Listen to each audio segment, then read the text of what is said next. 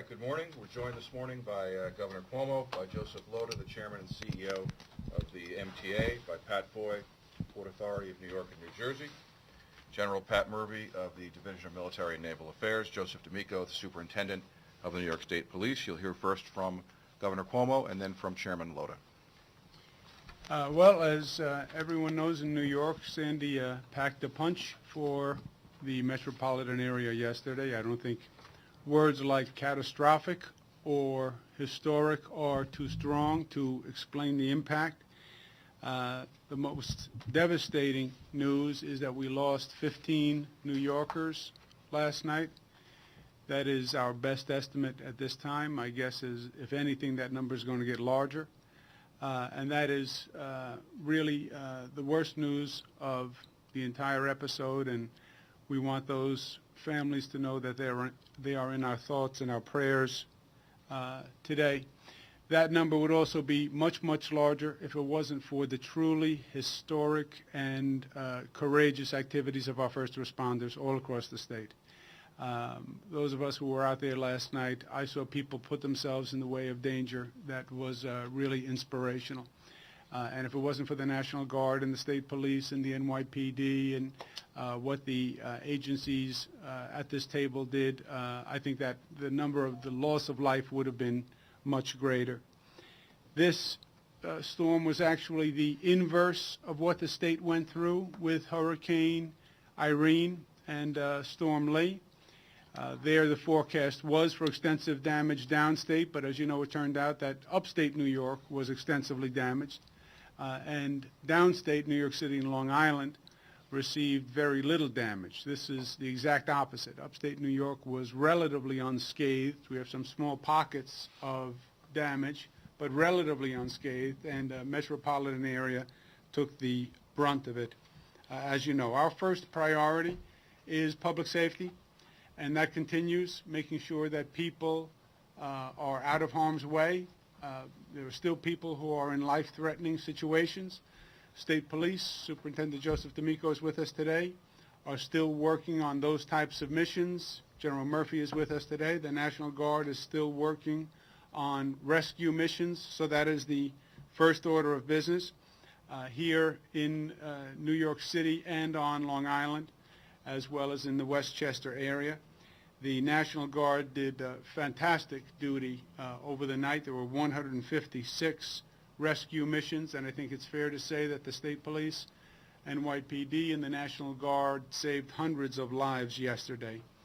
The restoring power is going to be one of the major challenges for us. You have about 2 million families without power.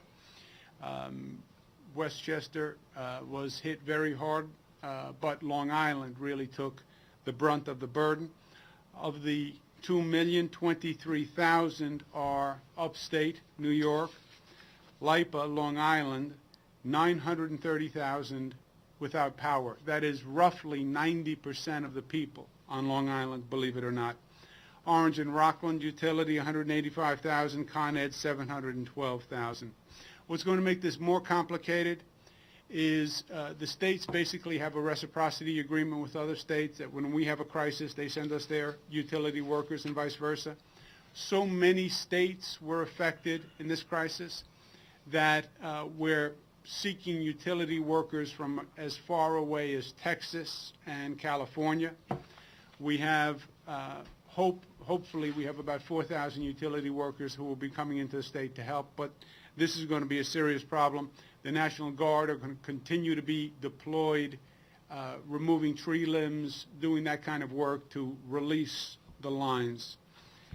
On the restoration of power, we're going to ask the Public Service Commission to oversee these utility companies in restoring the power and making sure it's being done well and as quickly as possible.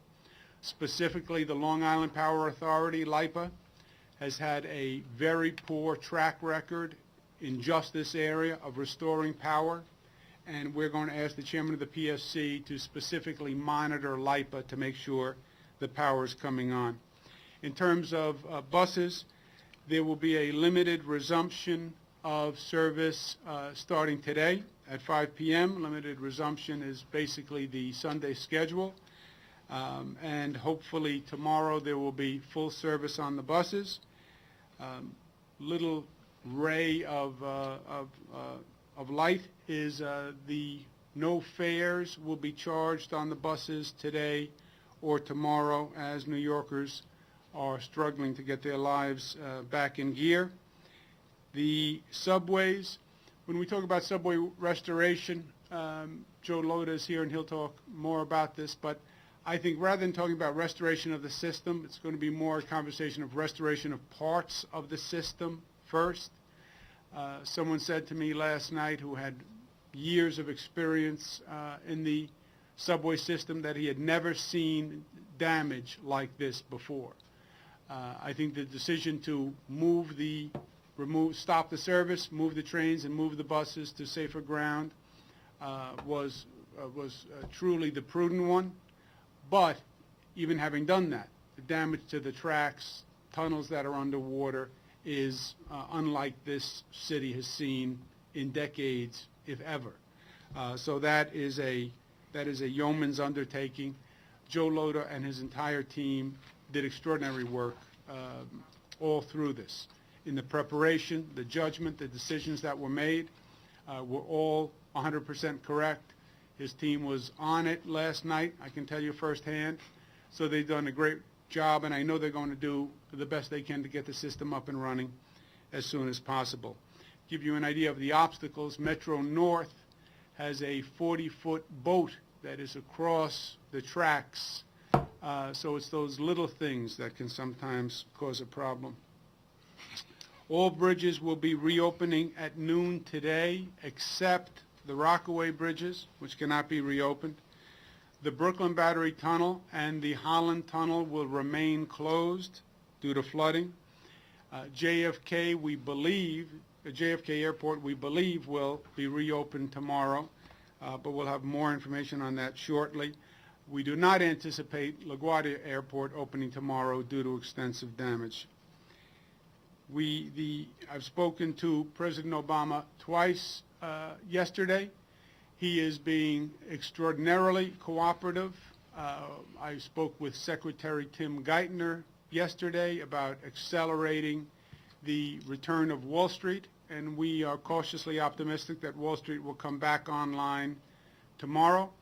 The President asked what was our major problem. I told him the major problem was the flooding of the tunnels and the ground zero site, basements in many buildings in downtown Manhattan. The Army Corps of Engineers is sending us their best national team. They call it the National Unwatering Team. I didn't know there was such a name for a team, but where the National Unwatering SWAT team is on its way to New York, and we need them very badly. FEMA has also set up a hotline for individuals who might need assistance. The FEMA hotline is 800-621-3362. Just a personal observation, I've been involved in disaster mitigation all across the country when I worked in the federal government, and I've seen all types of disasters. I was in the Hurricane Andrew in Florida, Homestead, Florida. I was in the Red River floods, the Midwest floods, which saw entire cities wiped away, the earthquakes in California. I have to tell you what I saw last night in downtown Manhattan, what went on in the South Shore of Long Island, were some of the worst conditions that I had seen. The Hudson River, downtown Manhattan, was literally pouring into the ground zero site with such a force that we were worried about the structure of the pit itself. Joe Loda and I just happened to run into each other in downtown Manhattan. And when I tell you the Hudson River was pouring into the Brooklyn Battery Tunnel like a river at high velocity. So it was a frightening sight. And while the Hudson River was coming over from the west, the East River was coming over from the east. And the amount of water and the acceleration in the rising of the river was really frightening. And the response of the first responders, I tell you, was as courageous as anything I've seen, because it was frightening. It was truly frightening. And when every instinct in your body is telling you to take yourself to a place of safety and run the other way, here comes the river, run the other way, these first responders were running right into the face of danger and running into the water to help people and rescue people. And if it wasn't for the heroism of our first responders, our great New Yorkers, this situation would have been much, much worse. I do think once we get through the public safety and we restore the power and we get the subways back up and running and the buses up and running, we will have a long-term reconstruction effort here, and that's how we're going to have to start to think about it. There's a long-term recovery and reconstruction. This part of the country doesn't deal with flooding often. Flooding always looks worse the morning after, because then when the water recedes, you see the damage it's done. When the water recedes, you walk into the home that was flooded, and now you see the extent of the damage. You had buildings all through Manhattan where their basements were flooded last night. You have homes all across Queens and Long Island, Brooklyn, that were flooded. And that damage is only going to become visible today, tomorrow, the next day. And it is going to be extensive. So this is not going to be a short-term situation. This is a long-term recovery and reconstruction effort, and that's the way we need to think about it.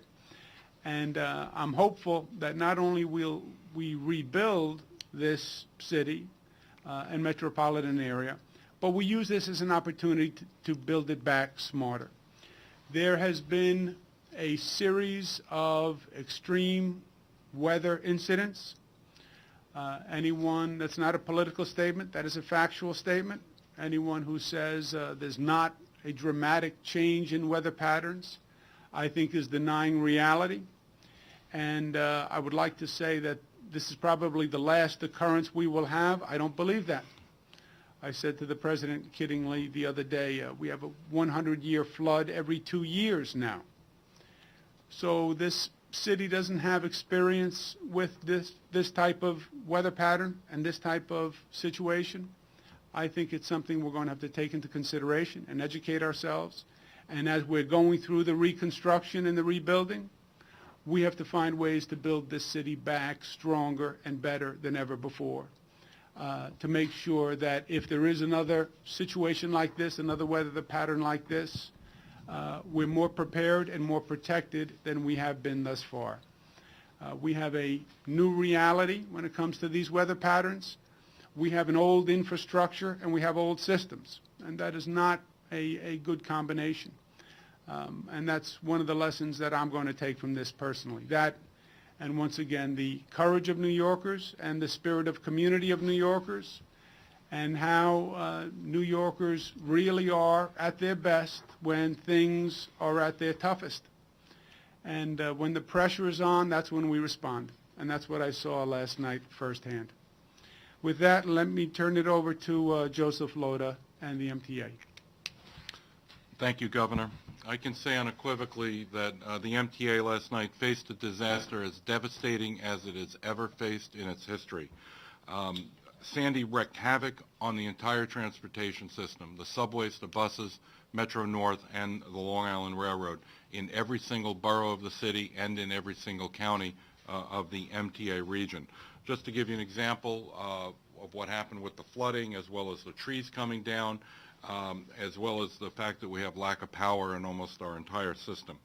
The New York City Transit Authority, there are several tunnels, or tubes as we call them, between Manhattan and Brooklyn that are underwater. The Clark Street Tunnel, the Steinway Tunnel, the Montague Street Tunnel, Cranberry Street Tunnel, as well as the Rutgers Street Tunnel. I will tell you that some of our rail yards are also suffering from flooding up at 207th Street and at 148th Street. That's to show you that it's not limited to Lower Manhattan. The flooding that we experienced is in all of the boroughs. Right now, we are in the process of pumping out the Girolamo Street Tunnel, and it should be cleared shortly. To give you an example of what's gone on Metro North, as the governor mentioned, we actually have a 40-foot boat in Ossining crossing all of our lines. up there, and as well as we have no power from Manhattan at 59th Street all the way up to Croton Harmon on the Hudson line and all the way up to New Haven on our New Haven line. The Long Island Railroad had to evacuate the West Side yards due to flooding, and they also had flooding in its East River Tunnel that goes out to Jamaica.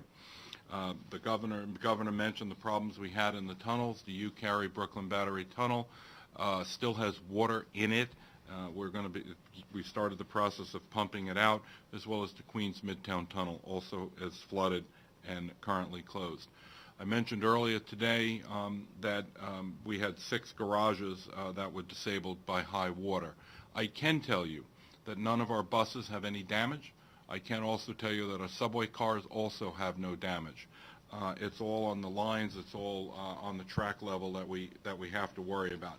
We're assessing the extent of the damage. To begin the process of recovery. That assessment is going to take a little bit more time than we had thought. However, I will tell you, one of the things that we were able to find is that the downtown at South Street Station, the water is literally up to the ceiling. It's not beyond the track level. It is clearly up to the ceiling. So at that point, I will tell you, we can go into specifics on various other parts of our facilities.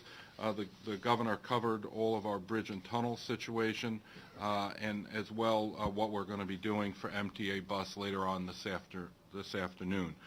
I would like to say that our employees, all of the transit workers and the workers on the 2 commuter railroads, their work and their dedication has been exemplary in the last few days, and I know on behalf of all New Yorkers, and I want to thank them for their work on behalf of all New Yorkers, and talking to some, not all of the union leaders this morning, they're all prepared to get the railroad and the subway system and the bus service back up and running as quickly as we possibly can. Once we complete our assessment of where we are, we'll be able to talk with a little bit more specificity about getting the service up and running. As the governor mentioned, we should look at this in part, not in whole. If there are parts of the subway system that we can get up, we will get them up. We'll be able to complement them with our bus service as well.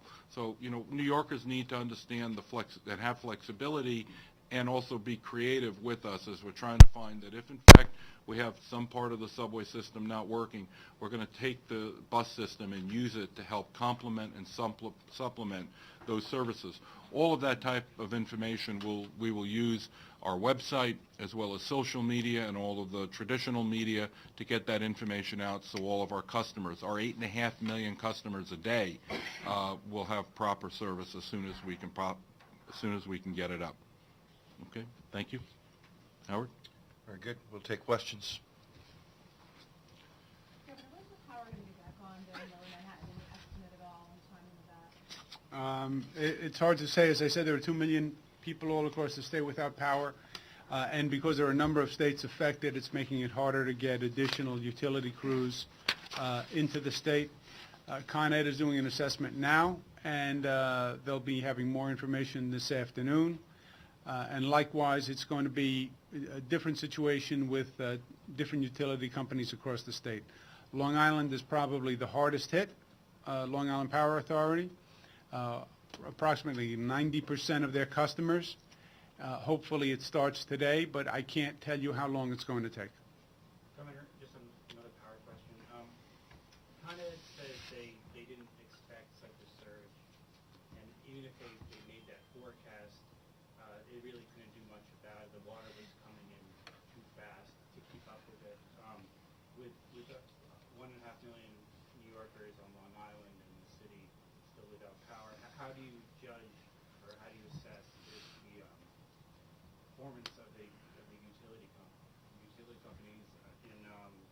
Did they take enough precautions? Did they prepare enough before the storm? Well, Jacob, that's one of the reasons I'm asking the PSC to monitor, Public Service Commission to monitor this operation that's going to start today, is precisely for that reason. But there are let's separate 2 situations. One is a LIPA situation, Westchester situation. Trees fall, limbs fall, hit lines, and that is predictable. That happens every storm. The question becomes, do you have the personnel ready and the equipment ready to deal with it? Was it more extensive than you should have realized, et cetera? That's one situation. In the past, I believe, LIPA has been inadequate in dealing with that traditional situation. When you talk about what happened in Manhattan last night, that is a different situation. You did not have ocean water, salt water, breaching the banks the way you've had it in Manhattan, in my lifetime. This is of a generation. Possibly it was historic. When you start to fill the subway tunnels with salt water, much of the Con Ed equipment is in the tunnels, is underground. When hot electrical equipment hits cold salt water, that is a bad combination. And that is a design flaw, I believe, for our system now, if you anticipate these extreme weather conditions. Obviously, we didn't when we designed this system. We did not anticipate water coming over the Hudson River, coming over the banks, being 5 feet deep on the West Side Highway, and filling subway grates and filling every opening and filling that massive infrastructure we have below ground. Now, should Con Ed have anticipated that? I don't know, because that really is, in many ways, precedent setting. However, going forward, I think we do have to anticipate these types of extreme weather patterns, and we have to start to think about how do we redesign the system so this doesn't happen again. After what happened, after what has been happening over the past few years, I don't think anyone can sit back anymore and say, well, I'm shocked at that weather pattern. There is no weather pattern that can shock me at this point. And I think that has to be our attitude. And now how do we redesign our systems and our infrastructure, assuming that? The senior vice president for Con Ed said that it could take up to 2 weeks to restore power to about 350,000 New York City residents who lost power for the first set of reasons, down lines, fallen trees. Are you okay with that timetable? No, I am not okay with that. I am not okay with 2 weeks for downed lines because of tree limbs. I mean, that is a wholly predictable situation, right? That we've been dealing with for years and years, and that would be poor planning on my part. That's situation A. Situation B, the salt water in subway tunnels at an amount that you've never seen before and no one has ever seen, that would be different. But a couple of weeks for what was entirely predictable would be unacceptable. We're going to have to wrap up questions with one more because we do have to get going. Governor, can you tell us how much do you think that this is going to Good morning. May I have your attention, please? This is Lolly Command Station. Just be advised that we had a short electrical spike, but everything is running normally. I repeat, just be aware we had a small electrical spike. That's a comment from Everything is Gershman. running normally. For those of you who were wondering if things have returned to normal, we have now had the official announcement that everything has been returned to normal. Governor, I was asking about the cost of the reconstruction and Sherman Road. Can you talk about the amount of water in the subway tunnels? And you mentioned that they're all in the tunnel, so the timetable for pumping the other tunnels out. There are two costs. One is the cost to government. I spoke to the president twice yesterday, and I'm literally going to excuse myself now because I have a scheduled call with the president again. The cost to government of the emergency repair operations. These operations that we are conducting are very, very expensive. The repair to the subway tracks are very expensive. The National Guard operations are expensive. The state police operations are expensive. The NYPD operations are expensive. And in the midst of this crisis, from my point of view, I need to know who's going to pay the bill, because the state already has $1 billion deficit. So knowing who's going to pay the cost is important, an important piece of information to make these types of decisions. The federal government will, I believe, reimburse the overwhelming majority of the government costs. That's emergency costs, reconstruction costs. So the federal government will bear those costs. State government, local governments will bear a small portion. Second set of costs are the cost of the private sector. Wall Street was closed today. Hopefully it's open tomorrow. Small businesses have suffered. People are not going to work. So there's a cost to the overall economy that is not a government cost, that is not going to be reimbursed. Part of what we're trying to do here is getting the city and the metropolitan area up and running as quickly as possible, so that cost is minimized. What it actually is at the end of the day, we don't know. At this point, I don't anticipate that it would be staggering. Governor, what can the private sector expect to get from, in terms of aid from the state or from the federal government for the loss, either direct economic damage or indirect economic damage? Federal government has a very elaborate set of programs through FEMA. That's the phone number that I gave, the FEMA hotline, 800-621-3362. They run small business programs to reimburse small business for damages. They run home ownership programs to reimburse homeowners for flooding damages, etc. And I would encourage homeowners who have had a home damaged, small business owners, they should contact FEMA, Federal Emergency Management Agency, for those costs. That's not really what the state or the local government does. That's basically a FEMA program. We have to close it here. There'll be more specific information available from MTA on the subway system. Go ahead, just one more. Go ahead, sir. Government cost, that's not the cost of paying for what you described in your remarks, of rebuilding some of these systems in a way where we're not going to get inundated or hit by events like this in the future, right? No. Those are basically the reconstruction repair costs of the system that was. What I'm talking about is let's learn from this situation and let's start to design an approach that would have redundancy. For example, the Langone Hospital. The East River was past First Avenue. We were going east on 34th Street and ran into the East River between 1st and 2nd Avenue, which means the Langone Hospital, that whole basement, that whole up to the first floor was underwater. That's why the generator failed, because all those systems are normally in the basement of the building. That's the way we design in this region. You fill the basement with water, you flood the foundation, the generator's out. That is a new orientation for us. I've worked in parts of the country that are accustomed to flooding, and they're oriented that way. We are not. And I'm saying it's one of the lessons that we have to learn from this. I have to excuse myself. I have President Obama and a scheduled call, and that's an important call, not just because he's President of the United States, but because that is money for New York, and that's important. So I'm going to excuse myself. I'm going to leave you with these other gentlemen for any additional questions. Thank you. Can you tell us about the Long Island Railroad and the status of it? In the status of the Long Island Railroad, right now, Helena Williams, the president of the Long Island Railroad, is reporting the biggest problem she has right now is power.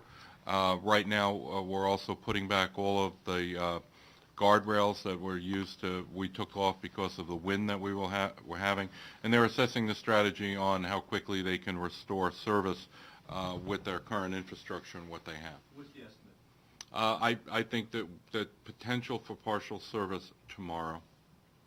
Can you just clarify what partial service would be? Later on today, as we're going through the assessment to determine the damage, we'll have more information. It would be inappropriate for me to guess at this time. So as we go through the assessment, I mean, Long Island Railroad, it's 110 miles long. We have a lot of, and 3 and 4 different lines going out through the system. It's going to take some time to evaluate what we have available. Partial is to the Long Island Railroad? Yes, Long Island Railroad, Long Island Railroad. Do you have any more information on how much water is near the tunnels? And you mentioned the development tunnel. Right. A timeline for the other one? It's hard for me to quantify for you gallons of water. It's extraordinary when you think about something like the South Ferry Station up to the ceiling. We're in the process of evaluating that now. As far as pumping of tunnels, we will begin that process of pumping. Part of the assessment phase will also be getting all of the water out of there. We'll use our resources, state resources, federal resources, to be able to pump that water out of there. Are you imagining a scenario in which those tunnels are not usable for days or weeks? I'm not imagining that scenario. That's really a difficult option to even consider. And the tunnels, obviously there's some electronic equipment that you're going to have to deal with. Is there any concern about the tunnels structurally? That's part of the assessment. We'll go through, similar to what we'll do with the Brooklyn Battery Tunnel and the Queens Midtown Tunnel, and similar to what we did to all the bridges this morning. We experienced gusts, some over 100 miles an hour, some just approaching 100 miles per hour. We had our engineers go through. Each one of the bridges has its own engineer going through. Took a 2-hour evaluation to make sure that the integrity of the structure was maintained, which is why the governor announced the opening, because we found it. The same thing will happen in all of our infrastructure to make sure that the integrity has been maintained. And is the tunnel having to either repair or replace things like the ventilation systems in the current tunnel? I mean, you've got a lot of equipment in there that probably couldn't have been removed in advance of the flood, right? But there may have been, so. Tom Prendergast, the president of Transit Authority, is here. I'm not the president of Bridges and Tunnels, but a lot of the ventilation shafts are above ground. You Right. see them actually protruding on the land side of those tunnels, so they should not have been affected. Right, I'm sorry, I thought you were talking about ventilations on the subway system, but either way, that's fine. Yes, Andrea? The issue of the subway tunnels underwater, is it, when you say you're not imagining it, are you saying that that's not going to be the case? No, well, back in 1992, some of those tunnels, some of those same tunnels had water in it, just to the extent that we have it now, and they were up and running in a relatively short period of time. We didn't have the same number of tunnels that are under. We're going to need manpower focused on this for quite some time. After the assessment later on today, we'll have a better, more information to discuss timing. And any information on the bridges that carry the trains, the Manhattan Bridge, Williamsburg Bridge? They're all opened. I'm in discussions with Commissioner Sadakan this morning, and she told me that they were going to open them earlier today and wanted to know when we would be opening ours. Part of it was to make sure that the structural integrity was there, and they took that into consideration for the 2 bridges that have it. There are some bridges, for example, the bridges in the Rockaway on the A train, it's still underwater. Is the tunnel that goes, takes the Long Island Railroad under the Hudson River, is that still flooded? Under the East River. It's still flooded. As of this morning, it was still flooded and beginning the process to pump it out. That tunnel is a tunnel that's shared with the Long Island Railroad, Amtrak, and believe it or not, Jersey Transit, because Jersey Transit parks some of their equipment over in the Sunnyside Yards and in the Harold Interlocking during the day. And so that tunnel can't be used, and that needs to get cleared out as well. Do you have a sense of how long that would take? Well, again, like with all of the assessments that we're doing, there'll be more information later today. Well, could we look at a situation where commuters from Long Island are going, say, to take a bus into the city, or do you think that tunnel will be open to traffic, train traffic? You could be a transit planner. Any plans to add additional buses in the next few days? Add additional buses. We have almost 5,000 buses right now, and complement of workers, no, not about adding buses, but it's something that our planners will consider. Getting buses is not the easiest thing in the world. It takes them a while to be built. You don't go into a showroom and buy them, and especially given the condition of the roads that they have to run on, and the fact that they run 24 hours a day, 7 days a week, 365 days a year. They're uniquely made structurally for New York. But we have the manpower to keep the system up and running, the buses up and running, and let's see how it works out. I do think we'll see alternate routes depending on what happens on the subway system, as the governor mentioned earlier, and that I also talked about. We're going to use the buses. We're going to think creatively, and we're going to try to find ways to allow our customers, people of New York, be able to get to work as best as we possibly can, to get to school, get home at night, and use all of our resources in a way that minimizes any hassle on their part. Question for Mr. Foy.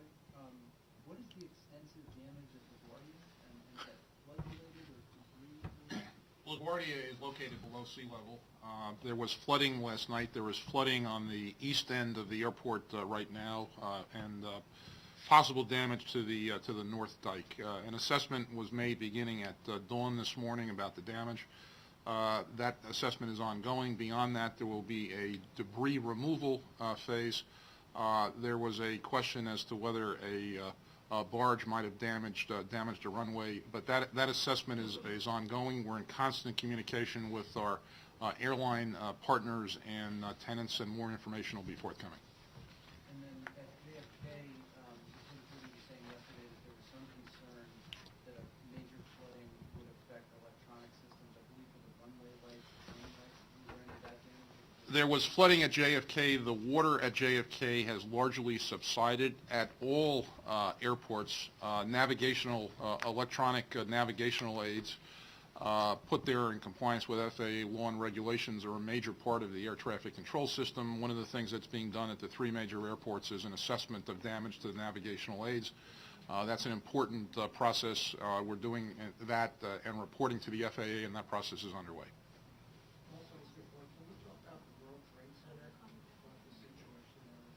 Well, as the governor indicated, and the governor was at the World Trade Center site last night as he reported, there was a substantial incursion of water from the Hudson River. It flooded West Street, Washington, and Cedar Streets, and a significant amount of water entered the World Trade Center site, largely entering it through the vehicle security center. There is a team of Port Authority personnel, as well people from Tishman, Turner, and other contractors that are going through right now. There will have to be pumping done at the World Trade Center site. We've been in communication with the museum and other stakeholders at the World Trade Center site, and that process is underway. Well, look, I think it's fair to say that when there's an incursion of salt water, as the governor indicated, salt water and modern electronic equipment do not mix well. It is clearly the case. We don't expect structural damage, but damage to equipment that has already been placed on the site. Thankfully, not a lot of equipment beyond structures have been placed at the vehicle security center, but that assessment is underway and a high priority.